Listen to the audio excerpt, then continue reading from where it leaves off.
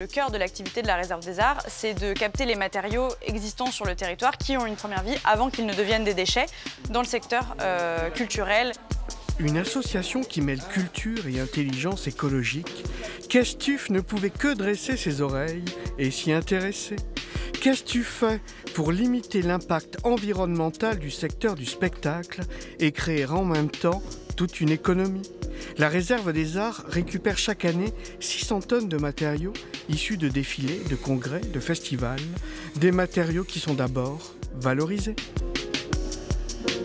Nous, on reçoit des scénographies entières qu'on va désassembler, démonter, enlever les vis qui dépassent, les agrafes, trier le tissu, reconditionner en fait pour qu'en boutique, il soit beau, que les gens aient envie de s'intéresser à eux et de les acheter concrètement et de les utiliser.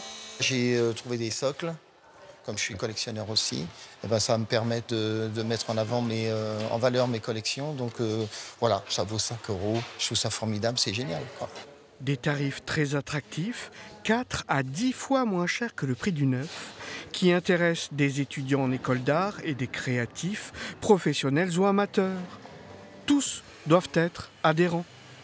Il y a un grand choix au niveau des matériaux, on trouve un peu de tout et n'importe quoi. Donc ça, c'est quand même cool. Ça peut donner des idées parce qu'il y a des restes par exemple, de tournage ou de scéno, etc. Donc à chaque fois, moi, je trouve mes idées ici aussi.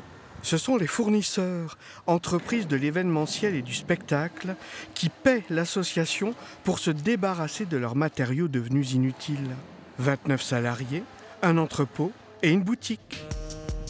Plutôt dentelle, plutôt paillettes et très cuir, des chutes de tissus pour une clientèle branchée, arty et parisienne.